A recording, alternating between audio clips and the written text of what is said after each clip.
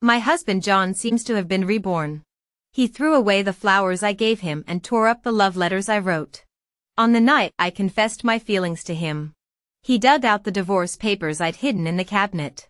Stop torturing me. Let's get divorced. John died. Killed by my lover Ethan. The day he died, my spirit lingered around him. I watched helplessly as the man I'd once loved pressed a knife against my husband's throat. Ethan laughed hysterically, whispering to John, "What does it matter if you ruined me? Ivy can't come back to life. Let me tell you the truth, Ivy never loved you. On your wedding night, she was with me. The day of her car accident, she was planning to elope with me. John, you're just a pathetic worm nobody could ever love." At first, John kept struggling. But as those words sank in, his grip on the blade gradually weakened. "Don't believe him. It's not true." I screamed soundlessly, my ghostly cries unheard. I could only watch as John collapsed into a pool of blood. "So she really hated me that much," John chuckled, bloodied hand covering his reddened eyes. With his last breath, he murmured, "If there's a next life, I swear I'll never fall for her." John. I jolted awake in bed, disoriented. The sound of running water came from the bathroom. The glaring red double happiness character on the window mocked me with its revelation I'd traveled back to our wedding night. My heart raced as my phone buzzed relentlessly. Messages flooded the screen. All from Ethan. "Ivy. I'm outside. Please look at me. I know I shouldn't be here, but thinking about what you'll do tonight. I can't breathe. Don't give yourself to him. Please? Just see me once. I promise I'll disappear after tonight." Before I could respond, the bathroom door slammed open.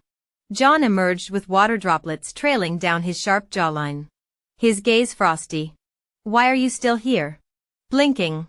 I retorted without thinking, "Should I leave then?" His expression darkened. "Suit yourself." He strode past me without another glance. John Wilson's actions caught me completely off guard. I even started wondering if he already knew about Ethan Smith's existence. But that shouldn't be possible. In my previous life, I strained to remember. On this exact day in my past life, I had actually left directly. Back then, I'd softened at Ethan's sweet messages, sneaking out while John was showering and staying away all night. Come to think of it, it was after this day that John's attitude toward me turned cold. We began our 3-year separated marriage. Initially, I felt somewhat relieved. After all, my marriage to John wasn't what I'd wanted. The person I was supposed to marry originally was Ethan. But when my sister Luna also fell for Ethan, our father forced me into this business arrangement with the Wilson family. These corporate marriages are just transactions of convenience. I thought John didn't care about this relationship either. Yet to my surprise after death, I accidentally discovered 500 love letters he'd written me. Perhaps the man's obsession was too strong. After that, I lingered as a spirit by his side, watching him avenge me by making everyone who'd wronged me pay dearly. Meanwhile, the man who'd sworn his love to me turned around and married Luna. My phone kept vibrating persistently. Seeing John about to leave the bedroom, I instinctively knew that if he walked out now, our relationship would repeat the previous lifetime's pattern. Steeling myself, I rushed after him and wrapped my arms around his waist from behind. "Honey, I'm scared." John halted mid-step. I held up my phone. "Look. Someone's sending me harassing texts. They're stalking me, claiming to be downstairs waiting for me. What should I do?" He glanced at the screen before fixing me with an assessing look. "Isn't this exactly what you wanted?" "What do you mean?" "I already said you're free to go wherever tonight. Just remember to meet me at the city hall tomorrow at 9 for the divorce paperwork." I froze. "Divorce?" John's lips curled coldly. "What? Did Ivy actually expect us to stay together forever?" I drew a sharp breath, finally sensing something wrong. The John from my memories had been distant yet courteous. This version was sharp-tongued, undisguised mockery twisting his lips. A terrifying suspicion arose. Could John have also been reborn?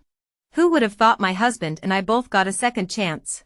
Remembering our past life, My first instinct was to never let him know I retained my memories.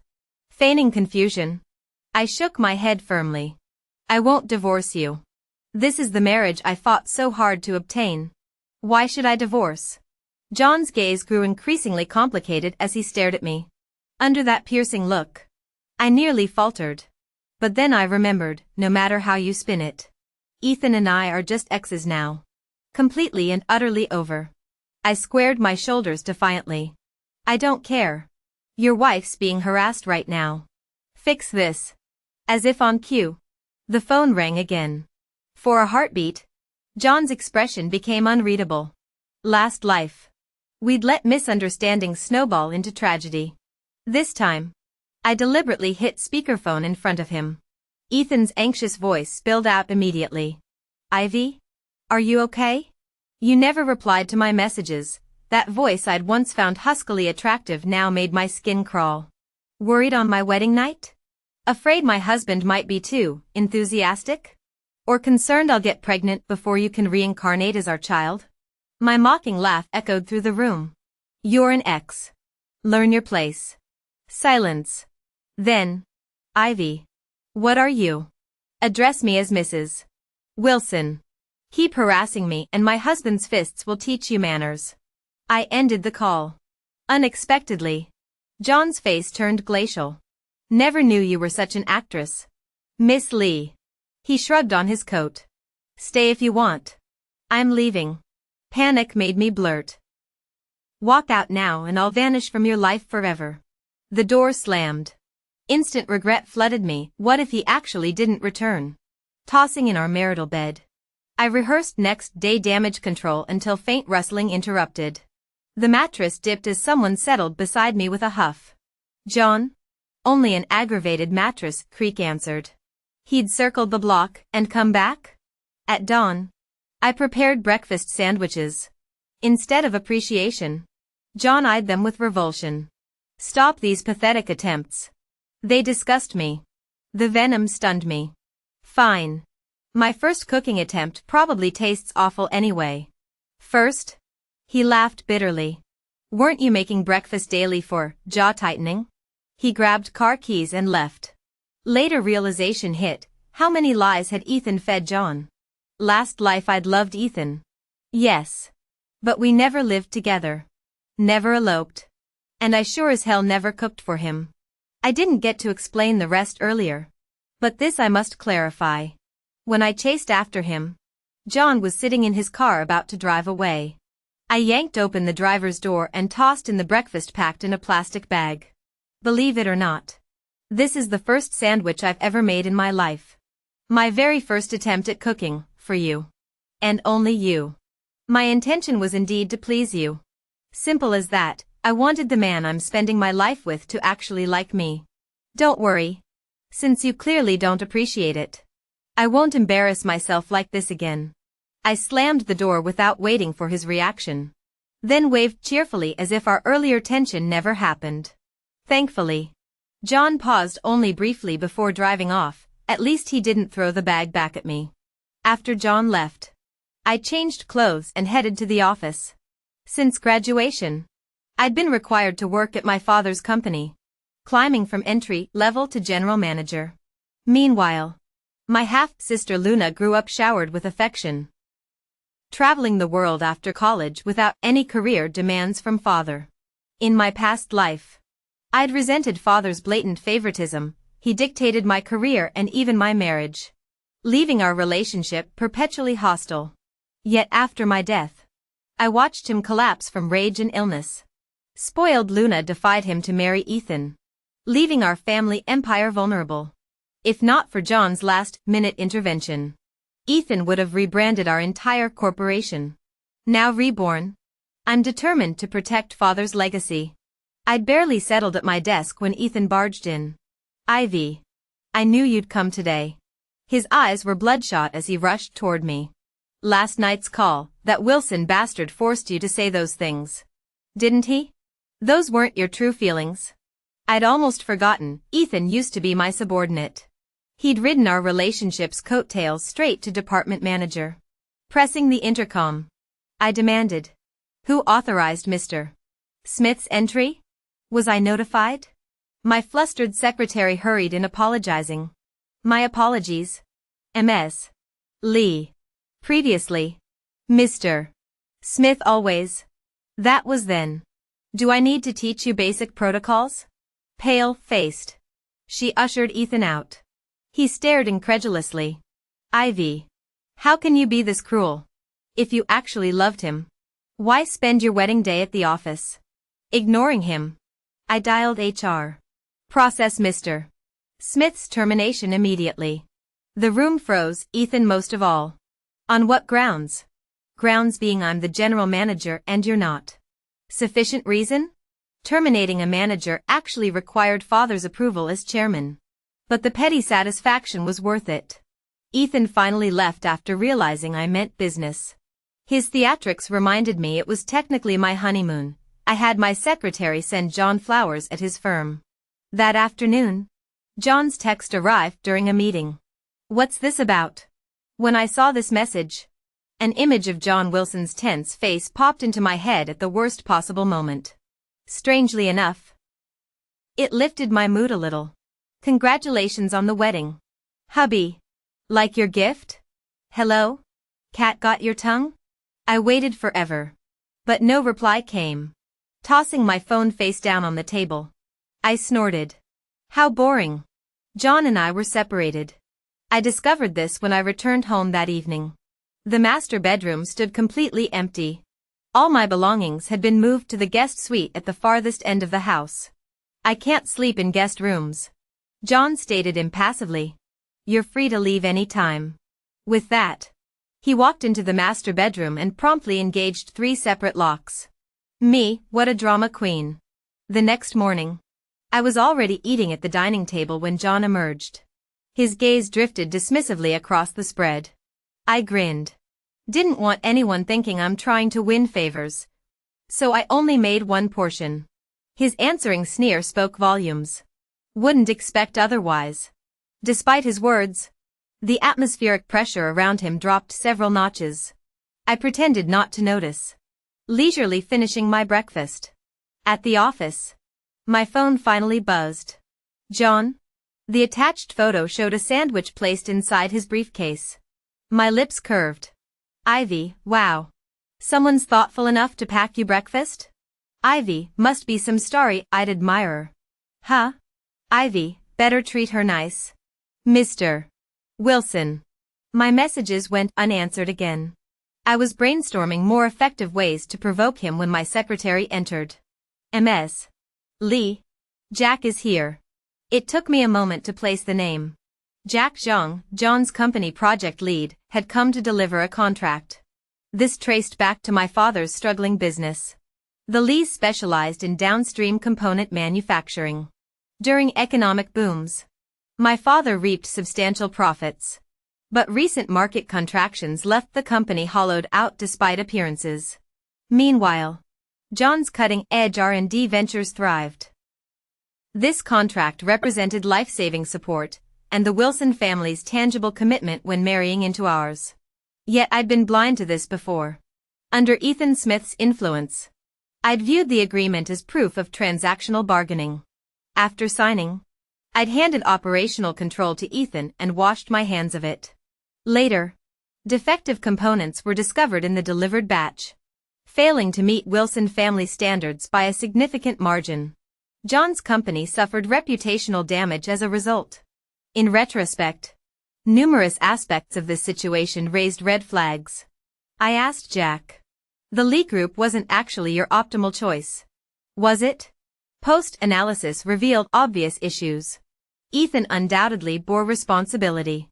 But the undeniable truth remained that the current production capacity of Lee Group couldn't handle the scale of orders from John's company. Jack forced an awkward smile. The Lees are established manufacturers in component production. We have faith in your capabilities. I chuckled dryly, meeting Jack's gaze. I'm aware how crucial this R&D product is for your company's growth. The Lee family won't hold you back. Tell John to pursue his original prospect for this order. We're terminating the partnership. I'd assumed John would welcome this outcome. As a fellow reincarnated individual, He already knew the impending financial losses this contract would bring. Even if I hadn't refused him today, he'd have found excuses to cancel the deal himself. What I didn't anticipate was his anger. Returning home, I found John sitting alone in the darkened living room, his silhouette radiating suppressed fury. Miss Lee certainly has some backbone. Rejecting business handed to her on a silver platter. He bid out. If you find this arrangement so distasteful, perhaps we should expedite ending our. If you utter those two words, I interrupted sharply, I'll genuinely lose my temper. John's jaw clenched, swallowing the unspoken divorce proposal. My refusal wasn't about disdain. I stated firmly. I wanted you to understand, our marriage exists because you're John. Not the Wilson Group CEO. Not the $500 million business opportunity. John barked a humorless laugh. You expect me to believe that? His espresso eyes burned with unprecedented intensity. What exactly are you trying to gain from me, Ivy? Nothing. I paused, reconsidering. Actually, there is something. My fingers trailed up his torso, lingering over his pounding heartbeat as I closed the distance between us. You know what I want, don't you? John froze as my lips claimed his. When he instinctively tried to push me away, I locked my arms around his neck, straddling his lap. Initial resistance gradually crumbled until his embrace tightened possessively. Through the haze of passion, his gravelly warning echoed, if you deceive me again. If you dare, the rest dissolved into wordless urgency. My final coherent thought, John must never discover I'm also reborn. Dawn's harsh alarm found me blinking into John's unguarded gaze. He stared with conflicted intensity, raw emotion bleeding through before he could rebuild his defenses. My heart skipped a beat as if ink had been violently splashed across parchment. John quickly schooled his expression back to neutrality, rising casually as if to withdraw from my personal space. This aloof version of him unsettled me. I threw myself against him, threading our fingers together to pin him beneath me. You're not planning to walk away after last night, are you? His ears flushed pink at the accusation. Watch your language. I'm being perfectly clear. I cradled his face, forcing him to meet my gaze. John, I genuinely want to build a life with you. His eyes flickered with unreadable emotions before he finally murmured. Understood. As he headed for the door, John hesitated. About the manufacturing contracts, you don't need to prove anything through reckless gestures. I made promises to your father, and I'll honor them. His willingness to support the Lee family despite our complicated history surprised me. Thank you. But it's unnecessary. Rising on tiptoes, I brushed my lips against his. I've got alternative plans. The truth was I'd spent weeks researching. Relying on handouts would never secure our company's future. We needed proprietary technology. I'd quietly contacted several R&D teams, though it remained too premature to disclose. When news of rejecting Wilson Industries contracts reached my father, his rage exploded through the phone. Apologize to John immediately and reinstate those orders. Dad, you think I don't know? He cut me off. Face mottled crimson. You resent me for breaking you and Ethan apart. For forcing this marriage. Do you honestly believe John would invest hundreds of millions without feelings involved? That this was some corporate merger? Look at our balance sheets. What equal partnership could we possibly offer the Wilsons? Even I can see that man's devotion, why can't you? His words dissolved my arguments. When I finally confessed my restructuring plans, his brief silence curdled into fury. Playing CEO after a few board meetings? Our entire operation relies on component manufacturing.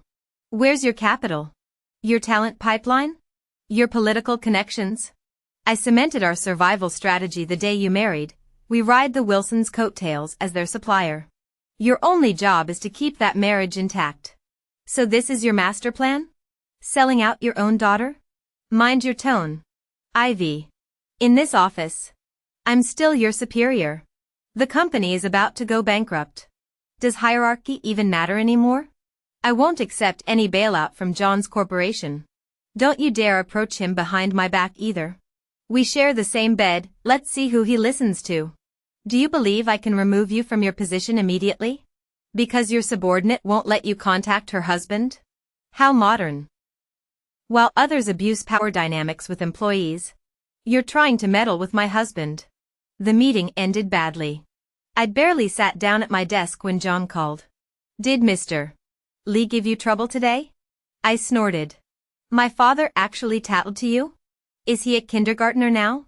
Losing an argument and running to complain? John chuckled. He's quite upset. Well, so am I. I twirled a pen. So darling, whose side are you on? The line went silent for several beats. Does this require so much hesitation?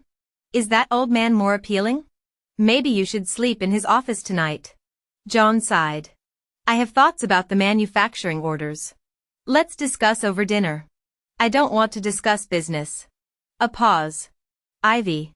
Have you considered that your constant rejections might actually hurt me? The unexpected vulnerability froze me. Spare me a few minutes tonight? I huffed. Only if we get hot pot afterward. John's laughter warmed the line. Deal. The evening brought unexpected counsel. Your father shared your vision. Corporate transformation is necessary.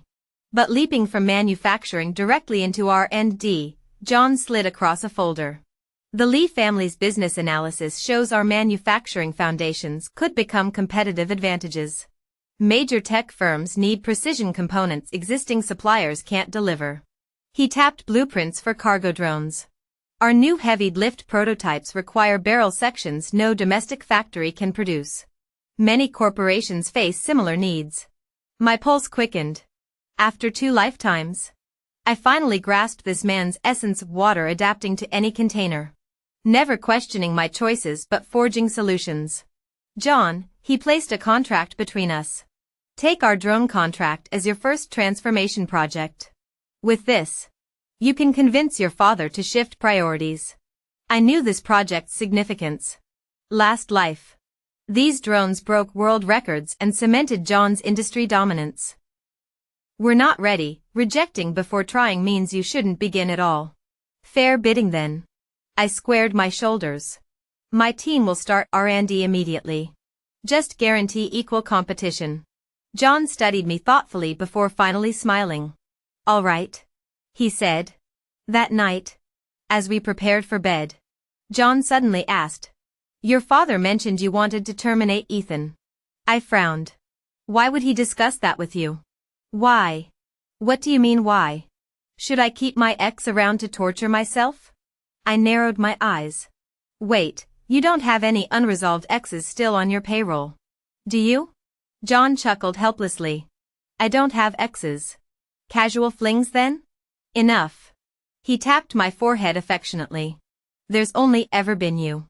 So, I grinned mischievously. You were a virgin? John? A visible blush crept up his neck. Ivy. I laughed, pressing a quick kiss to his burning earlobe. Don't worry. I'll take responsibility.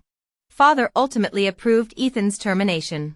The day Ethan left the company, I happened to be absent. Our paths crossed again 2 months later when I found him waiting at my doorstep.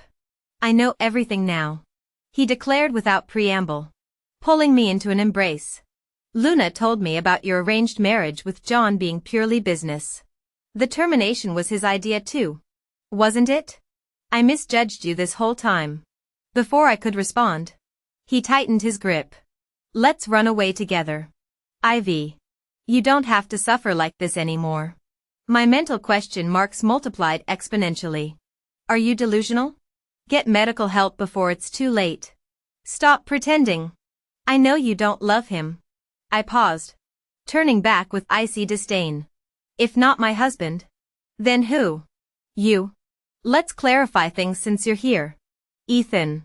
What exactly makes you think you're worthy of me? Your salary came from my company.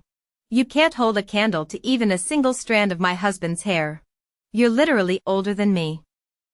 The only thing you've got right is misunderstanding me. Apparently you think I enjoy charity cases. Ethan's expression darkened. I never took you for such a materialistic person. Funny, considering you only pursued me for money in the first place. His facade crumbled into anger before he stormed off with a cliched "I'll be back." The absurdity left me feeling like a cartoon character with a giant question mark over my head. I dismissed Ethan's melodramatic exit line and threw myself into restructuring the company's technical teams. As John had observed, our foundation was solid, revised incentive programs boosted productivity dramatically. Things were finally looking up. Life has a way of punching you when everything seems peaceful. That rare quiet evening when we'd planned a hot pot dinner turned sour the moment I stepped through the door. John sat alone in the living room like that fateful day months prior. A stack of documents glaring between us. "John?" He finally looked up. Eyes simmering with restrained fury. "I found this under the bookshelf." The moment he spoke, I recognized the damning file folder in his hands. With surgical precision, he extracted the document-stamped divorce papers across its cover. "Wait. Let me explain. I drafted this months ago but changed mine months ago." John cut through my stammering, studying me like an alien specimen. "I've wondered since our wedding night, why the sudden change? The frantic press conference call. Rejecting Wilson Corp's $50 million deal. Firing Ethan. Ivy. What else have you been hiding?" The game was up. No matter how carefully I'd played this lifetime, my tails blazed like neon to another reborn soul. My tongue turned to sandpaper. Brain short-circuiting. I didn't. My feeble protest only confirmed his suspicions. His laugh held an Arctic chill. "I actually believed this time would be different. That you'd be different. Turns out I'm just trapped in another iteration of your con." He uncapped his Mont Blanc, signature slashing across the dotted line. "You're free, Ivy." John vanished from my world that night. His office claimed he'd left the country. 3 weeks later, Father summoned us for a family announcement. I arrived alone at Lee Mansion, unprepared to face Ethan across the dinner table, or Luna's 6-month baby bump. "The child's father is Ethan," Father declared. Cosmic joke, this walking cliché had professed undying love on my doorstep while already impregnating my half-sister. This wasn't just absurd, it was Shakespearean farce meets daytime soap opera. I grabbed my clutch. Oxygen suddenly scarce. Luna sniffled theatrically. "Are you mad we're together? Do you still spare me?" I cut her off. "You're welcome to your human dumpster fire. But don't assume we all enjoy rolling in garbage." Her mother bristled. "Mind your manners." "Manners? Your daughter's sleeping with her sister's ex." Apple clearly didn't fall far from the gold-digging tree. "Oh wait. I forgot, you specialize in recycling partners. You slept with your best friend's husband. Didn't you?" Father's face darkened instantly. "Ivy. Touched a nerve. Did I? My apologies. Since I'm clearly unwelcome here, I'll take my leave." "Wait. Sit down." Then came silence. During the prolonged wait, I finally noticed something unusual. Father appeared increasingly uncomfortable, reminiscent of when he'd introduced me to his mistress after divorcing Mother. That same guilty expression resurfaced, the look he wore while stammering about impregnating Mother's best friend. Stepmother finally broke the tension. "Luna and Ethan are legally married now. We've decided Ethan should return to the family business. His work ethic speaks for itself these past years." "Work ethic?" I scoffed. "What competence are we talking about? His talent for chasing me or seducing my sister? I won't allow this." "Who are you to object?" Stepmother's voice sharpened. "This company belongs to your father. We've tolerated you excluding Luna from business matters. But now you block Ethan too? Enough." Father staggered to his feet, clutching his chest. After regaining composure, he decreed Ethan will oversee projects. Ivy handles administration. Final decision. I swallowed my protests at his ashen complexion. Outside the estate, a hand yanked me into suffocating darkness. Recognizing my assailant, I slapped him hard enough to make my palm sting. "Ethan Smith. Have you lost your damn mind?" "Completely." He tongued his bruised cheek. "Only madness would make me marry Luna Lee to get closer to you." I froze. His eyes burned with obsession. "I told you I'd return. To prove I'm the only man worthy of you." So stealing my inheritance was courtship? I laughed bitterly. How noble, robbing me properly instead of just taking everything. Later, I opened my journal to write my 17th love letter to John Wilson. Since our last bitter parting, I'd vowed to answer each of the 500 letters he'd sent me in our previous life. Today's words came haltingly. Luna's pregnant. Ethan's back at the company. Father's health worsens. And you're gone. The wheels of fate have crushed all my ambitions, mocking my delusions of rewriting history. Perhaps this is punishment for my past blindness. Though long overdue. Know this, my final breath wasn't spent with Ethan. That last phone call merely informed me of Father's collapse. Midnight falls. I still wait. Ethan moved faster than anticipated. Learning of my new venture team, he spread rumors about me abandoning manufacturing and laying off workers. Panicked employees stormed headquarters with protest signs. Even Father's public assurance of no job cuts failed to quell the uprising. Workers rallied behind Ethan. Convinced leadership protected me. Executives smelling blood in the water began repositioning. Corporate restructuring meant redistributed power. Soon, two opposing factions emerged within the company. The worst part was witnessing the original tech team being dismantled. What gives you the right to disband my team? We needed decisive action to stabilize morale. Within days, Ivy's father's hair turned half gray. You claimed to stabilize morale. Yet you still think keeping Ethan was the right decision? Ivy. Truth be told, my health is declining. I don't know how much longer I can hold this position. After I'm gone, only family can support you. I never respected Ethan. But with Luna carrying his child, he's undeniably part of the family now. I opposed Luna's involvement before out of selfishness. This company was always meant for you. But both my daughters deserve love. When your stepmother insisted on Ethan's return, how could I refuse? Family harmony? Ivy snapped. Decades of resentment surfacing. This family shattered when you brought home Mom's best friend. You gave Luna freedom while I followed orders. She had maternal warmth while I endured stepmother's scorn. Why am I the afterthought? Father looked older as Ivy declared. I quit. Take back your empire. I'm done playing. Leaving headquarters. Relief washed over Ivy. In her father's shadow. She'd never become Ivy Lee the CEO. Days later, he approved her resignation coincidentally. The anniversary of her previous life's death. At the bar, John's voice cut through the haze. 500 love letters abandoned after a month? Still care? Ivy challenged, watching his lips tighten. Liar. Ivy downed another drink before John confiscated her glass. Why's loving me so hard? John? Mom discarded me. Dad replaced me with Luna. Ethan manipulated me. His arms remained stiff as Ivy clung to him. I'm done chasing approval. From now on, I choose myself. Self-love before others' affection, the brutal lesson spanning 2 lifetimes.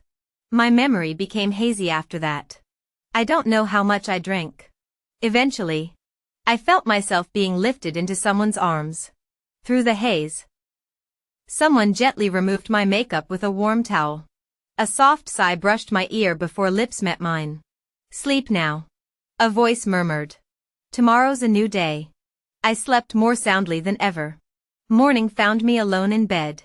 Sunlight streamed through the balcony doors, illuminating neatly hung clothes, tangible proof last night hadn't been a dream. On the desk lay a note beneath a check for $50 million. The bold scrawl read, "You owe me love letters. Remember, you're not unloved. Startup fund. Don't mention it." The paper trembled in my hands as tears fell. John always the gruff softy. I declined the money. Liquidating my assets. I funded my own venture. Guilt lingered. My promise to collaborate on John's bid would remain unfulfilled.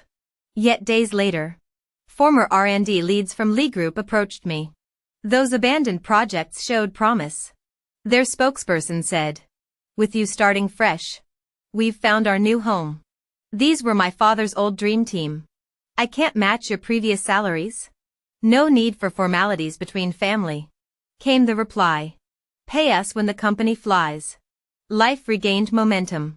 Between dawn to dusk work sessions, I kept writing to John, less love letters than conversational missives filled with work updates, petty grievances, and quiet longing. Gradually, his replies began appearing. In our frenetic digital age, we courted through ink and paper like time travelers. A year later, I stood at the Aviation Innovation Awards holding our team's trophy for breakthrough modular cargo design. John sat front row in a tailored suit. First, my voice echoed through the hall. To my husband John, your unwavering support gave me wings.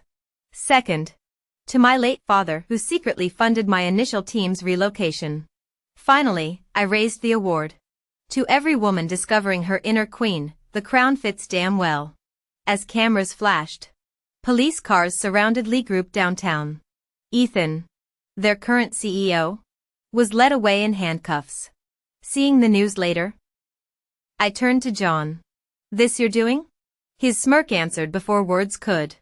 John Wilson actually nodded. Thought I'd make this joyous occasion even happier. John smirked coldly. Since getting my second chance, I've been preparing this embezzlement. Financial fraud. Combined charges should keep him imprisoned till death. The sunlight warmed Ivy's face as they exited the venue. Ivy stretched lazily. John, I'm craving hot pot. He chuckled, intertwining his fingers with hers. Sure. That night, Ivy wrote her 500th love letter to John. Today's weather was perfect. Having you beside me makes everything perfect.